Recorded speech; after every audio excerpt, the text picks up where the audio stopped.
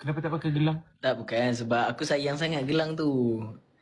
Aku simpan supaya dia tak bercampur dengan ni. Sebab ini emas tau. Bila dia kena dengan Pandora, dia akan bergaduh. Macam, kenapa kau kelabu kan? Ni, kenapa kau kuning? Kenapa kau kuning? Jadi aku nak mengelakkan pergaduhan besar tu berlaku di antara silver dan gold. Jadi bila pakai gold, kita kena fokus satu je. Jadi Pandora tu terpaksa disimpan. Macam awak saya simpan dalam hati. Kalau Pandora saya simpan dalam kotak yang diberikan. Jadi conclusion dia kat sini, saya sayang sangat kat awak.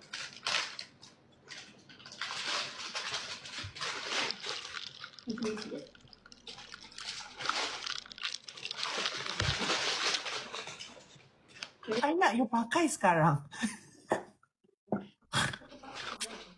Pandai pula tu sia. Dia memang pandai. Dia pandai kona-kona.